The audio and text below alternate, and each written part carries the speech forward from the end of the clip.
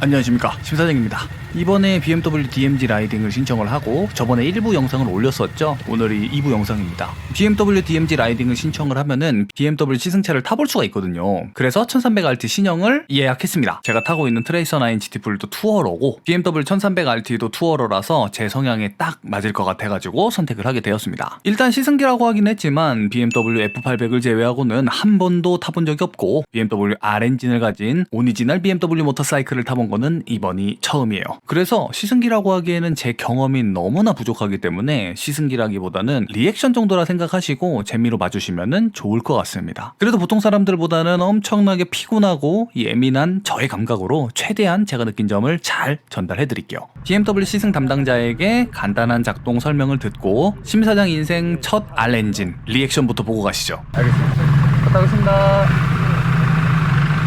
이번 투어는 일부 투어에 비해서 재미가 별로 없었습니다. 관리가 잘 안되고 있는 것 같았고 QR코드가 훼손된 곳도 있었어요. 금일 영상은 BMW 1300RT 시승기 영상 위주로 시청해주시면 감사하겠습니다.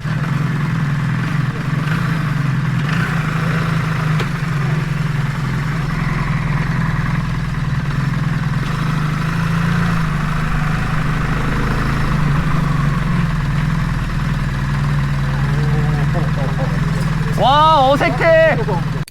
와, 출발도 못하겠어. 출발도. 와, 어떻게 시동 거는 거였지? 이렇게 하고 브레이크 잡고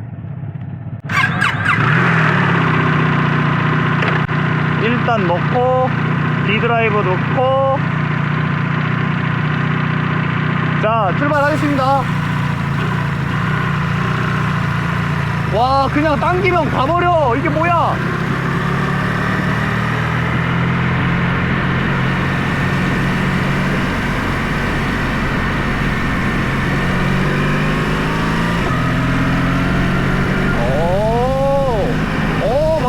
기어를 막 넣어버려.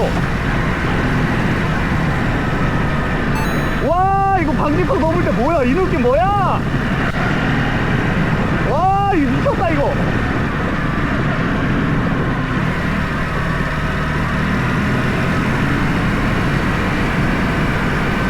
와, 이래서 이 BM을 타는 거야?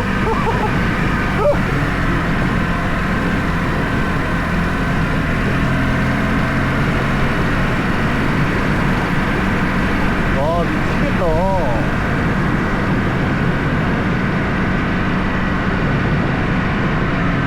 어우, 말이 안 나오는데, 말이?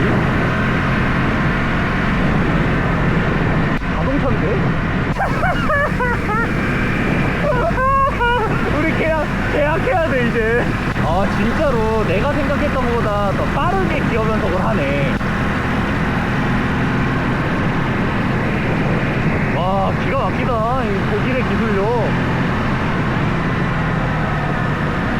와, 진짜.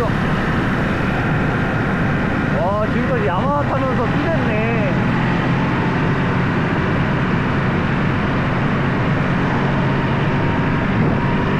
오.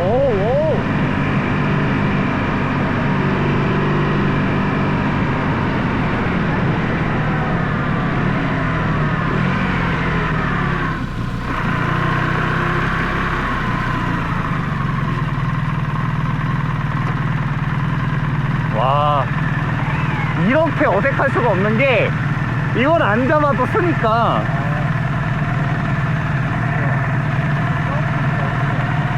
그런가 봐요. 노래 어떻게 키는 거야?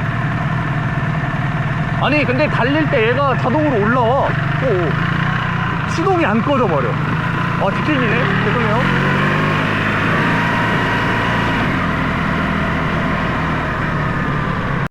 처음 앉았을 때 느껴지는 감성을 먼저 좀 알려드리면 이게 뭔가 오토바이 느낌이 아니라 기계 같은 느낌이에요. 일본 모터사이클은 말 그대로 정말 오토바이 느낌이 나거든요. 내가 오토바이를 타고 달린다 이런 감성이 드는데 BMW 모터사이클을 딱 타보니까 엄청나게 강력하고 차가운 하이테크 기계 같은 느낌이랄까요? 그런 거 있잖아요. 막 한치의 오차도 없는 그냥 진짜 되게 잘 만들어진 그런 기계 느낌. 일본 오토바이는 뭔가 친구 같고 가끔 막 아프기도 하고 영혼이 있는 생명체 같은 느낌이면 BMW 모터사이클은 그냥 한치 오차 차도 없는 그냥 차가운 기계, 영혼이 없는 느낌, 그런 느낌이었습니다. 일본 사람들이 오토바이를 만들 때는 새로운 주인을 잘 만나고 안전하고 신나게 달리거라, 이런 느낌이라면은 독일 사람들은 오토바이를 만들 때 최신 기술의 끝을 보여주겠어, 저머니 테크놀로지야, 이런 느낌이에요. 트레이서도 되게 편하다 생각했는데 이거는 너무 편해. 야, 이 BM 따르릉이 이거 BM 괜히 따르릉이 아니네.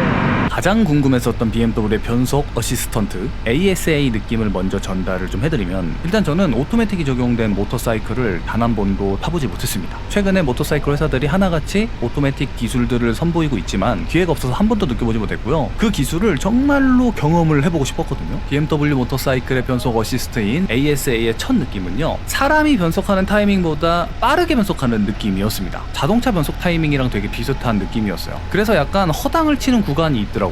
한 50km가 되기 전에 이미 3단, 4단 이렇게 쭉쭉 기어 변속을 하니까 속도를 쭉 올리다가 갑자기 감속을 하게 되는 상황에 털털털털털 하면서 허당을 치더라고요. 트레이서 9으로 예를 들면 한 30km에서 5단 기어를 놓고 달릴 때 기어비가 안 맞으니까 막 털털털털 하면서 허당을 치잖아요. 그렇게 허당을 치는 구간이 있더라고요. 그리고 자동차 오토미션은 변속 충격이라는 게 거의 느껴지지 않을 만큼 되게 부드럽잖아요. 근데 이거는 변속 충격이 있어요. 진짜 내가 기어 변속을 하는 것처럼. 내가 아니라 ASA가 변속을 하는 거죠. 그 느낌이 좀 재밌어요. 새로운 느낌이에요. 변속 모드는 완전 자동 모드랑 수동 변속 모드 두 가지가 있고요. 자동 변속 모드는 그냥 자동차처럼 스로틀 조작만 하면 알아서 기어가 변속이 되고, 수동 변속 모드는 기어 체인지 페달로 기어를 수동으로 바꾸면서 탈 수가 있더라고요. 그런데 자동 변속 모드에서도 내가 페달로 기어 단수를 강제로 내리거나 올릴 수는 있었습니다. 클러치 레버가 없어서 정차할 때 약간 어색한 느낌이 있었는데 한 30분 정도 지나니까 금방 적응이 되더라고요. 정지 후에 출발할 때 클러치 조작을 할 필요가 없으니까 시내 주행할 때 정말로 편했습니다.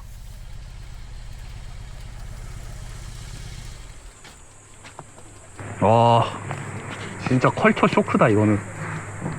일단 넣는데 변속 충격이 아예 없어요. 일단 넣으면 툭 거리잖아요. 얘는 그냥 가만히 있어. 와, 독일의 기술력 진짜 미치겠네. 어떻게 해야 돼? 함께 간 팀원 중 한 분은 알라인 D를 시승하셨습니다. 이분도 저머니 테크놀로지아에 감탄하셨습니다. 색깔이 또 초록색이었네. 자, 도로에 오케이 10km. 와, 소리 뭐야? 아, 그래요? 그럼 그냥 갑시다. 그렇죠.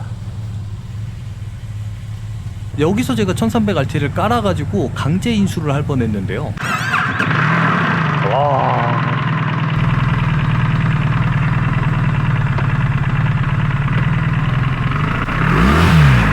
와, 자빠질 뻔했어. 와, 자빠질 뻔했어. 와, 이게 적응이 안 된다, 이게. 진짜 안 돼. 아니, 와, 저 지금 쓸 뻔했어. 1단이 들어간 줄 몰라가지고. 정확히 기억은 안 나는데 1300RT가 전원을 켜면 파킹 드라이브고, 스탠드를 올려서 엔진 점화를 시작하면 N단으로 바뀌고, 기어를 넣으면 D 드라이브로 바뀌었던 걸로 기억을 하는데, 틀렸으면 댓글 달아주세요. 아무튼 제가 중립 상태에서 드라이브가 들어갔다고 착각을 하고 스로틀을 당겨가지고 깔 뻔했습니다. 앞으로 ASA가 들어간 차를 사실 때는 충분히 인지를 하시고 타셔야 될 것 같아요.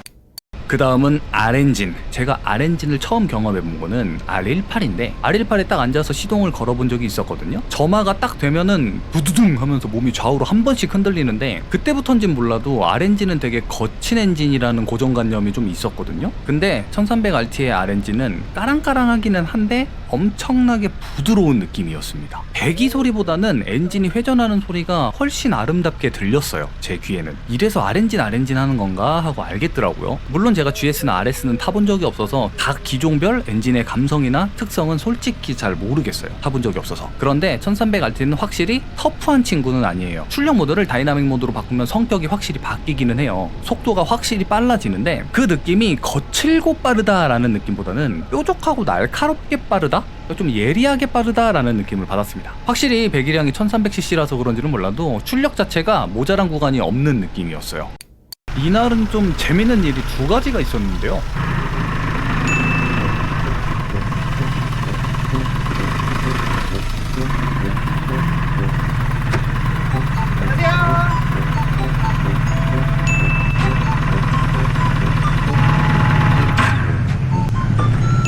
기름 어떻게 넣는 거야?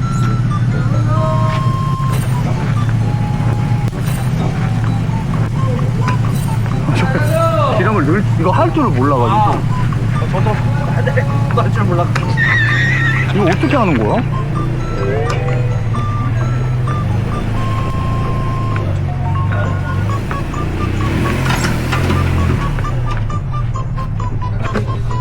아, 됐다. 시동 푸셔야 한다.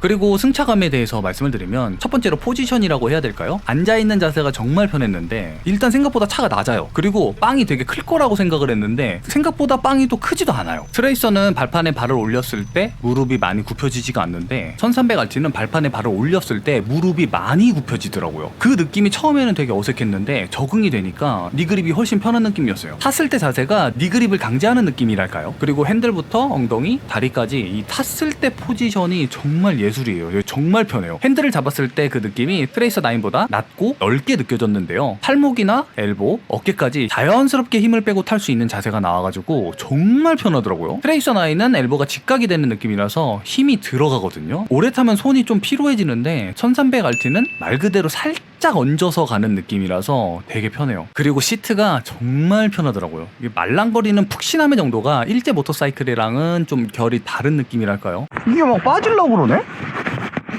참나.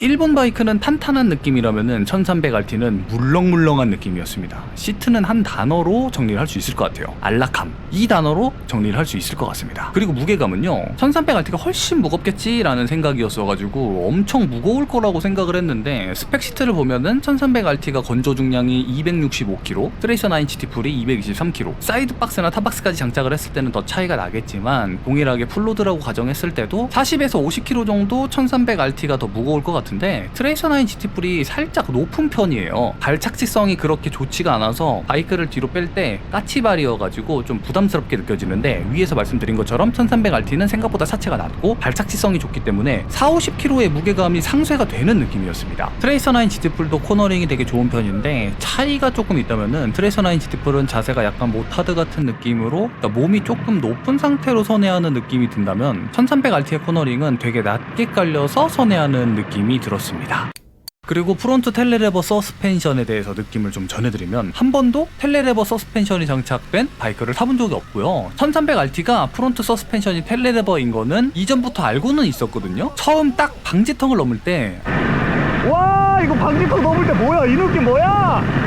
이 느낌은요, 이 기존의 오토바이에서 느껴지는 서스펜션의 느낌이 아니었어요. 트레이서 9 GT 풀도 가야바 전자식 서스펜션이라서 느낌이 엄청 좋거든요. 제동시에 노즈다이브를 억제하는 느낌이 확실히 다르다라는 느낌이라면은 1300RT의 쇼바는 이게 뭐 좋다, 뭐 확실히 다르다 이런 느낌이 아니라 그냥 어나더 레벨인 것 같습니다. 그러니까 바이크가 아니라 그냥 자동차 서스펜션 같은 느낌이랄까요? 조향축이랑 서스펜션이 분리가 되어 있는 구조라서 노면 충격이 거의 느껴지지가 않고요. 하단에 A 형상의 암이 충격을 흡수하고 분산을 해주기 때문에 노면 충격이 거의 느껴지지가 않아요. 그리고 제동시에 앞이 꺼지는 노즈 다이브도 없어요. 트레이서 9 GT 풀처럼 전자식으로 억제하는 느낌이 아니라 이 물리적으로 연결된 링크식 서스펜션이라서 이질감이 아예 없어요. 앞쪽 서스펜션은 확실히 바이크에서 느낄 수 없는 어나더 레벨인데 뒤쪽의 서스펜션은 그냥 기존의 바이크들이랑 비슷해요. 방지턱 세게 넘을 때 그 텅 하는 느낌 아시죠? 기존의 바이크로 방지턱을 세게 넘을 때는 텅텅 하는 느낌이면은 1300RT는 스텅 이런 느낌이에요.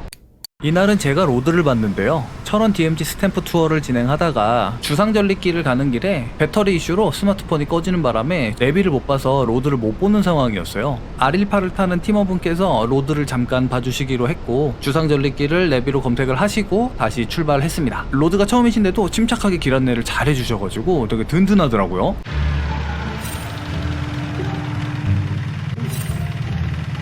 아니 근데 이거 골목으로 갑자기 들어가시는 거예요. 아, 주상절리길이라는 코스가 이렇게 굽이굽이 골목에 있는 건가 보다. 로드를 믿고 가야지 라고 생각을 하면서도 이거 희한하네. 원래 코스들이 다 큰 길가에 있었는데 이번 코스는 뭔가 굽이굽이 들어가야 되고 좀 이상하네 라고 생각하고 있던 것도 잠시 갑자기 떡집 앞에 주차를 하시길래 배가 고프셔가지고 떡을 좀 먹고 가려고 떡집에 세우신 거구나. 아니 어차피 좀 이따 밥 먹으러 갈 건데 왜 떡집으로 오셨지? 떡을 좋아하시나 보네. 그러면서 제가 물어봤죠. 왜 여기 왜 왔어요? 근데 팀원분 표정이 뭔가 막 잘못된 것 같은 표정을 짓고 계신 거예요. 그러니까 음성 녹음이 제대로 안 돼가지고 이 상황 설명을 좀 해드리면, 제가 배터리가 없어갖고 스마트폰이 꺼지는 바람에 갑자기 로드를 보게 되신 거잖아요. 그래서 뭔가 당황하시기도 하시고 마음이 급해가지고 주상절리길을 검색하고 맨 처음에 뜨는 거를 내비로 설정하고 출발을 했는데, 주상절리길이 아니라 주상절리길 떡집을 목적지로 잘못 설정해가지고 이런 해프닝이 생긴 거였습니다. 아니 나는 배가 고파가지고 떡을 먹으시려는 겁니다. 이것 때문에 저희 팀원끼리 얼마나 웃었는지 광대에 쥐가 날 뻔했다니까요. 하필 또 떡집이라는 게 또 겁나 웃긴 거예요. 막 배고프면 편의점을 가실 텐데 떡을 좋아하시는구나 막 이렇게 생각하기도 했고, 아무튼 이게 겁나 웃겼습니다. 저번에 일부 영상에서 보여드렸던 기와집이에요. 여기서 팀원분들이랑 늦은 점심을 먹었습니다.